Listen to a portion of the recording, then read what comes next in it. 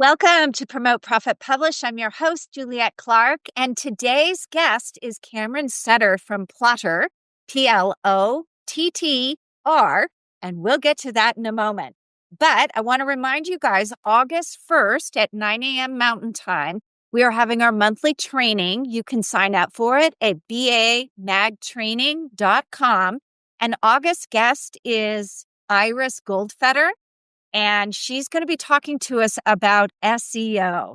So if you haven't figured it out already, AI is rewriting the rules and the old SEO is not working anymore. So she's going to be giving us tips and tricks on how to use all of this with all the new rules. And you can sign up once again at bamagtraining.com and join us for that event. Today's guest is Cameron Sutter, and he is a sci-fi fantasy author and the inventor of Plottr, a popular visual story planning software. We're also going to be talking today about StorySnap, which is another piece of Plottr that's a little bit separate that they're building on. He has escaped death by explosion, rockslide, disease, and car accident. He loves doing funny accents for his kids, but he believes his life's mission is to serve writers. He also lives near Oklahoma City with his wife, 6 kids, and too many pets. So, normal family, just like the rest of us. But I think you guys are going to be really excited about Plottr and what you can do with it. If you're someone who likes to watch the demo on this or wants to watch the demo on it, I encourage you to go over to our YouTube channel, Super Brand Publishing, and watch this episode over there. You can kind of hear what's going on from the audio version, but if you really want to see how this plots out and how it works, go over to our YouTube channel. All right, stay tuned for Cameron. Cameron, welcome. I'm excited for you to share this platform with my people. Yeah, thanks for having me, Julie. I'm so excited to be here.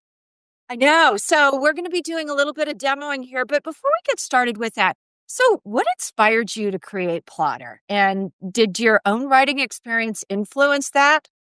Oh, definitely. So, yeah, I've been a writer on and off my whole life. I remember in first grade, I was writing my first little story about, I was giving 3 aliens to my brother for his birthday. That was my first story that I ever wrote. I was writing in English class, and I remember getting in trouble. The teacher came over and like whacked me with a ruler or something like that. Like, hey, pay attention. And I just couldn't believe that, or looking back now, I can't believe that I got in trouble for writing a story. Anyway, so I've been writing on and off my whole life. I have 3 books published. And when I was doing the second one, I was just like rewriting it over and over. And I'm like, this is not working out for me. And I started brainstorming how my process could be better or what would be the perfect tool. And I just saw the threads of my story kind of weaving together in this like I saw threads actually of my story, and I'm like, there's got to be a way to visually see that and plan your story that way. And I tried spreadsheets. I tried a couple different ways, a couple tools that were available.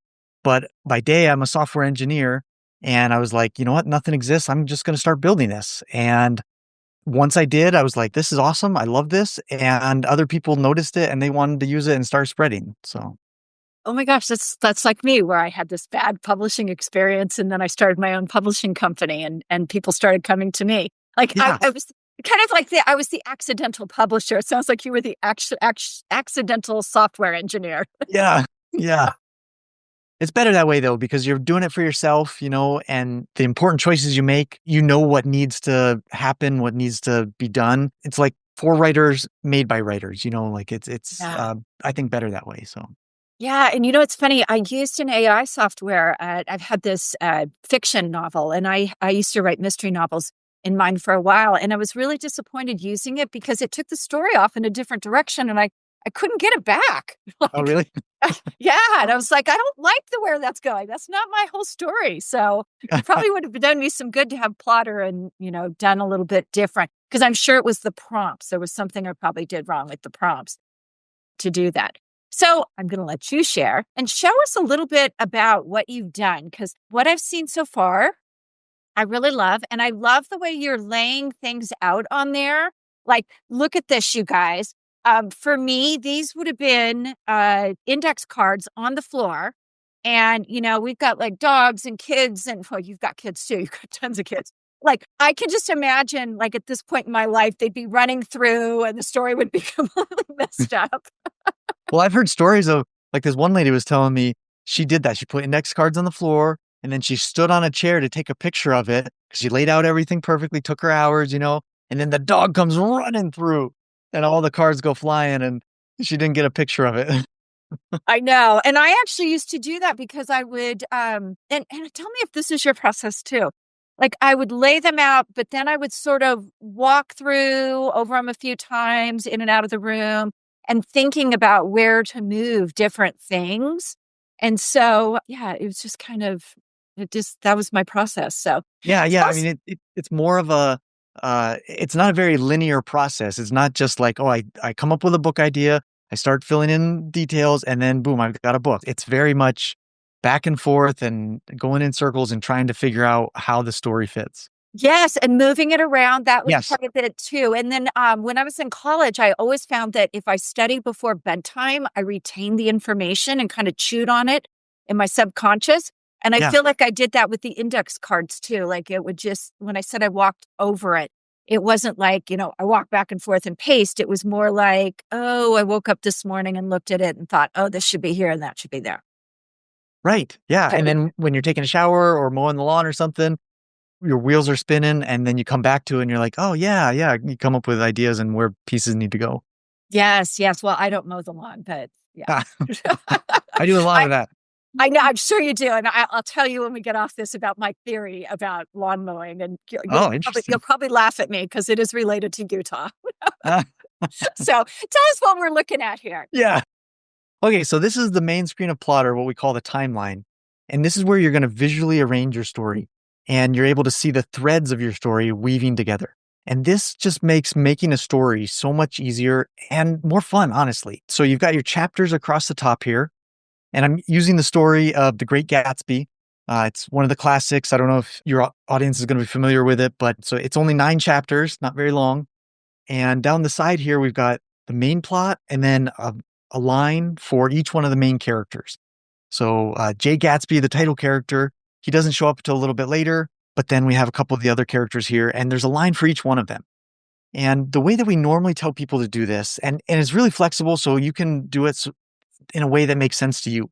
But what we normally tell people is that this main plot here is kind of what shows up on the actual page. So you can click into each one of these, just fill in tons of details about what happens in that scene.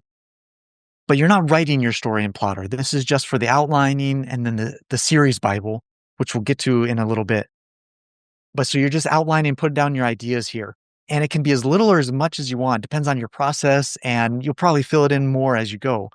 But you have all the space you could want. So then you fill in, okay, so this main plot is what happens actually on the page. But then these different lines down here are what build up or are the pieces that make that scene. And so they're not separate scenes necessarily. They're either what part that character plays in that scene or why it is meaningful to that character. Or I'll have lines for if it's a mystery and there's like clues being dropped or relationship changes, things like that. So anything that's changing throughout the story, you can have a line for that. And you can just put the pieces for that scene. And so this top part is what actually happens. And then the lower parts are this clue was found in this scene, or this is a running joke that is going on, or this is the theme that's running throughout my story. And there's a piece of it here in this scene. And everything is drag and drop. So you're just able to move things around as you need to, and they change color as you do. Everything's color coded and you can change that color and make it look however you want to and stuff. You can add chapters in between chapters if you need to expand pieces, which happens often. So yeah, you're able to see the visual, or you're visually able to see the threads of your story weaving together. And that helps you to see plot holes really easily. It helps you to see where characters aren't involved as much, or maybe where a character arc is stagnant or just nothing is happening. Because, for example, in this story, there's a big hole here with Jay Gatsby at the beginning. And that may tell you that you don't know about, especially since he's the main character. Like, why isn't the main character showing up beforehand? And for this story, it works. If you've read the story, he actually does in this first chapter, Nick does see him So we could just mention right here that he was seen at a party. But anyways, it gives you an indication at least. And so you can think through that. Does this make sense? What is my character's motivation? Why aren't they showing up? I thought they were a main character, but they're not in half the scenes. Maybe they're not a main character. And you're able to see those things visually very quickly, and pick them out instead of trying to think of 100,000 words or 50,000 words and have all the pieces of where people come in and out and where they are location wise throughout the story. So that visually really helps you to see that. You know what I love about clicking on the box too is when I wrote mystery novels, I used to be I still am, a people watcher. So, Yeah. I would just go sit and have a soda and a cupcake at a big outdoor mall. And, I'd come home and I'd write like Daisy has this tick or, this thing that I saw when I was out. So this is a really great way to get those little character things that make the characters unique in there and remember them throughout the story. Because, of course, you get home and you're like, yeah, I love the way that person ticked, but then you forget about it. I like that you've got these little boxes and you can really get that sort of information in and remind yourself. Yeah. And that kind of is a great transition into the other piece of what Plottr is. So besides just visually seeing your story and helping you to do that in a brand new way, it's also what we call a series Bible, which is all your notes about everything in the series in one place. And I don't know about for you, but for me, I had different apps on my phone and I had notebooks here and there and napkins or wherever I could find to write something down when I had an idea. And just all my notes for my stories were just kind of scattered. But this helps you to keep it in one place. And I'm going to show you how it does that. So we've got these tabs up here, the notes, characters, and places. And I'll go to the characters here. And this has all your characters for the whole series. And so even when you're on book 2, book 3, book 4, all your characters are in one place. You can just see all of them here. You can easily sort them, filter by attributes that you care about, or you can search for them. Like if you're looking at one with the blue eyes, for example, you can just easily find them. So I'm sure you're familiar with this, Juliet, but you're going to have hundreds of characters, right? And those minor characters, a few books into the series, it's going to be hard to remember all of them. But this is going to help you to easily stay organized. So you can not only have all your characters, but all your places. So any place that your story happens at, you can put that in, organize it here, and then your notes. And your notes are really whatever you need, and it's really dependent on the type of story you write. So if it's mystery, you'd probably write down about the clues, maybe about the killer, if there's a killer in the mystery, backstory, world building, brainstorming, any of those things can go here. So as you're coming up with those ideas or people watching, maybe you can be putting ideas in here or in the characters tab. Oh yeah, the doctor, he has this tick, like you were saying, and so forth. So this is a great area to put all that. And I keep saying that this is good for your whole series, but let me explain how that works in Plottr a little bit because it's really awesome. So I showed you book 1 of Jay Gatsby. So this is the timeline for book 1. But within Plottr, each project is a whole series of books. So I can go to project here and you can have as many books as you want in the series. So you can have 20, 50, as many books. And each book has a separate timeline. And so you're able to just arrange that story separately. So each story has a separate one. We can just easily flip back and forth between the books. So then if I go back here to The Great Gatsby, the first book, there it is. And it also has the series view. So this is meant as like a bird's eye view of the whole series. And there's nothing really special about it. It's just a normal timeline in Plottr, but you're able to think of the series you're able to think of like the character arcs throughout the whole series, or maybe there's subplots running throughout the series, or maybe you have a spin-off series in the same world that you could put in here. So all those things are great in the series view. Yeah. So I love that because I know you wrote a series as well. Yours is sci-fi, right? Yeah. Yeah. Mine's murder mystery. I'm a sociopath, obviously. But the what I love about it is sometimes in the course of a series, you'll have to like flash back to something in another book or bring it forward. So this Yeah. is a great way to go back and grab it and not have to go search for it and, rewrite the whole scenario again. You can just Yeah. pull it and revise it.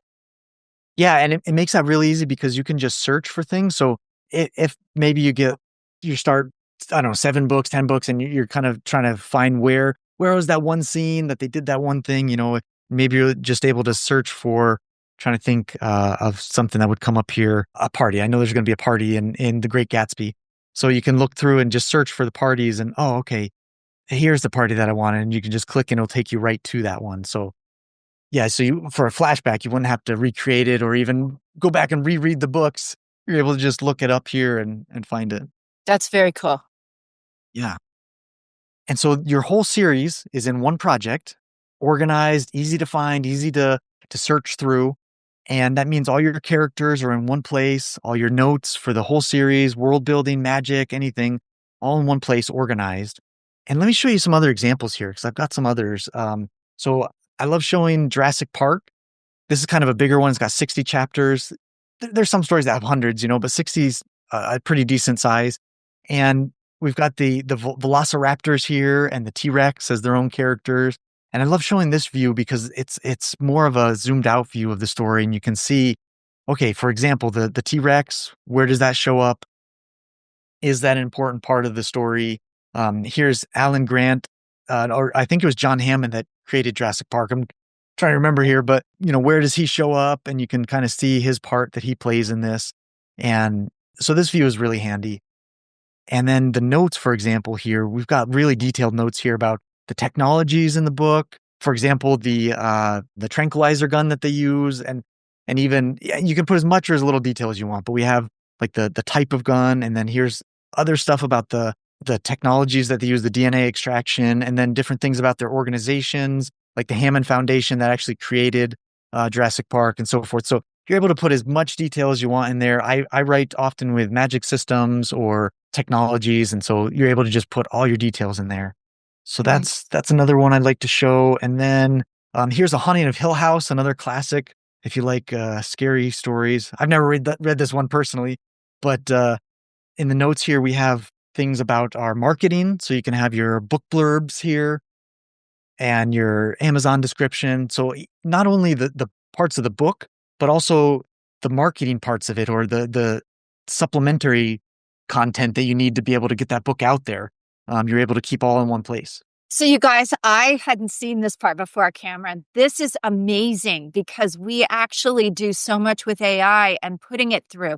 What does the book blurb look like? What are the keywords? What are if you're using Amazon, this might be a great tool for someone who's self-publishing. What are the Amazon categories? What are the BISAC codes? What are all of those things? How do they interplay? Because some people, when they self-publish, do part of it on Ingram and part of it on Amazon. So you could I have an upload sheet I do for my authors, but you could put the ISBN in here. You could put the bio in here. You could put all sorts of details in there. The cost of the book, the wholesale, the retail, the royalties, everything you could put in this little spot here. This is amazing organization. Yeah. Everything you need for your book, one spot.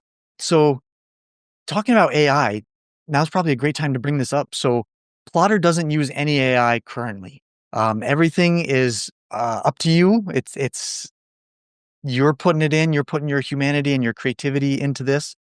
But we did build a tool that that does use AI, and it makes doing some of this really handy if you've already got a manuscript written. And so we're calling that tool StorySnap. And what it does, it takes a finished manuscript and builds the Plottr file for you. And so a lot of these files that I've been showing you, like The Great Gatsby and The Haunting of Hill House, actually came from StorySnap. So we didn't do this manually. We uploaded the manuscript to StorySnap, and it built this really detailed, organized Plottr file for us, what we call a series Bible. And so it filled in all these details about all the characters in there, and just like went to town with every detail about all the minor characters and everything about the main characters here, like physical characteristics, psychological backstory, all this kind of stuff. And it did that automatically for us. We uploaded a file, the manuscript, and a couple minutes later, we had a Plottr file. And if you only want to use StorySnap, we're not locking you into Plottr or anything. You're able to just download a Word document as well. But it just takes a couple minutes, and you'll have your whole manuscript. So if you've already written that manuscript, and you want a detailed outline or something, and or if you're on the first draft and you want to be able to move things around visually, then StorySnap is going to really help you to do that. This is interesting because you can actually probably see if you have holes in your story before it goes to the editor as well. Because you guys, believe it or not, when you're writing fiction, you find lots of holes in your story. Um, Yes. So that would be amazing for that as well. So they can use StorySnap without buying Plottr, or it's yeah. part of Plottr. So it's a separate thing. They work together, but they're separate. Okay. And we can get into pricing if you want, but StorySnap is just a one for one. You buy one credit and you upload one book, and then you never have to pay again. So it's just a one-time use kind of thing. You can buy more credits to it, but you don't have to consistently pay. And Plottr, there is a lifetime option with Plottr, or you can just get on a subscription and just pay. And we're always doing new updates, new features, and things like that. We're working on a family tree feature, which I Ah. think is going to be really cool. A visual way to see your family, the families in your stories, and rearrange them and things. So yeah, we're always building new features into it. Wait a minute, in there, or like Ancestry, like when you're building out, or this is building out for your books? For your books, yeah. Oh, okay. All Um, right. Because I was going to say, Ancestry is right down the street here, but right. I just heard the DNA. They're selling all the DNA to the Chinese. Okay. So different topic. Yeah. So you have some other things you're developing here with it too. Can you talk a little bit about that? Like future. One of the things you told me I thought was amazing because it takes so long to do right now. Can you talk a little bit about that? Yeah, I'm trying to remember what that thing was. So if you can remind The me. reviews? Oh, yeah, yeah. Yeah. So that's going to be something in StorySnap here. So we are building what we're right now, what we're going to call like a beta reader simulation. And you'll be able to upload your manuscript, and with AI, it's going to give you different personas and kind of give you book reviews based on, it's just going to be AI. So that's why I call it a simulation, but with different personalities and different maybe age groups and things, what someone like that might give you as a review. And not necessarily like how many stars, but just will it interest this person, and does it hit the tropes that they like, and that kind of thing. It'll do it kind of automated for you. And so that's one of the things that we're building. And actually, let me pause there. Do you have any questions about that? Yeah. So, you guys, this is like a critique of your book a little bit. And if you've used actual review services, they can be expensive and they take months. I think the last one I had a client participate in for a romance novel was 3 or 4 months to get it back. It was a while, and I think it was between $500 and $800. But this is something where it's, how do I say it? Like when you ask somebody to beta read, there's always the thing that happens where I'll give you a great example. My best friend never read my first book, and we would go walk every day. And finally, one day I said, why haven't you read my book? And she said, because I'm your best friend. And if it's bad, I have to tell you. So don't ruin your relationships. Let AI Yes. tell you if the book is good or not. It's objective. There's no emotion involved in what it's telling you. So it doesn't, like, it still probably will land a little odd because remember, the book is your baby. So it's like somebody's criticizing your children or criticizing you. But I think it's much easier coming from an objective third party that we don't have any relationship with. Yes. So true. It's so hard to give my books to my wife because it hurts. Like if it's not the best thing she's ever read, Yeah, right? it's going to hurt. And of course, it's not going to be the best thing she's ever read. So I know it's going to hurt. And there's also I don't know, the emotional capital of when you give your book to a beta reader, often, if they're also a writer, often you'll have to beta read for them. And so there's that time component, and it does take 3 to 4 months a lot of times if they ever get back to you, if they ever read it, or if you're in a readers group, or sorry, a writers group, then you're trading beta reads with people, and it can be a lot of time. And if you're the only one writing, they're not writing, maybe they're not going to read your stuff because you're always giving them stuff to read. So it could be hard to find people to read your stuff. And this is going to give you, like you said, an objective view. And we're still testing it to see if it's going to be a good review. But from what I've seen so far, I'm pretty impressed with how it's going to be. And it's just kind of it's like a pre-beta reader simulation, like what can I expect from beta readers? and you don't have to ruin relationships, like you said, and then you can just get it to maybe just your super fans or something like that. Yeah, well, the other part of that too is I, being a publisher, I see two groups of people. There are the people who are good storytellers, which I am, but I know that I have limitations when I write. So I go with that really deep, deep edit because I know that I write like I speak. If you're having someone critique, the other part of that is what I call the grammar Nazis. And so if you know you have limitations like me and you want someone to review the story, now the story can be reviewed without the grammar Nazi coming at you because the editor's going to take care of that part. But Right. you need to make sure the story's flowing and good first, and then come in and fix all of the other stuff. Yeah, a lot of times when you have friends or family beta read it, they'll underline grammar mistakes and stuff. It's like, well, that's not what I need at this moment, but thanks, thanks for finding that. Yeah, thanks for finding that. Now I'm really insulted because now you know what a bad reader. It's Right. actually funny because we're working on an AI program with someone, and the people that are doing it said, "Give me your book," and I was like, "Oh no, you might find out what a bad writer I am." But I gave it to him anyway. I have no shame. Yeah. Especially when you're starting out as a writer, that it's hard. It's hard to have that no shame and just put yourself out there, And so this, I think, will help people to feel comfortable enough so they can get real readers and just kind of gauge what the feedback is going to be like and know that there is going to be some critique. Yeah, there always is, but yeah, you're right about that. Yeah, so there's a couple other things that we're building. We probably don't have time to go into all of them, but another idea that we had is with StorySnap, it could take this book Bible that is created for you and build a marketing website for you with kind of a wiki about your book so that it could tell you maybe the family relationships on your website or kind of a character overviews on your website. And so after people read your book, you can say, hey, to go to my website and they can see the different characters, or maybe they can see glimpses into book 2 or something like that. But it could just become part of your marketing efforts. And I think that has a lot of potential too.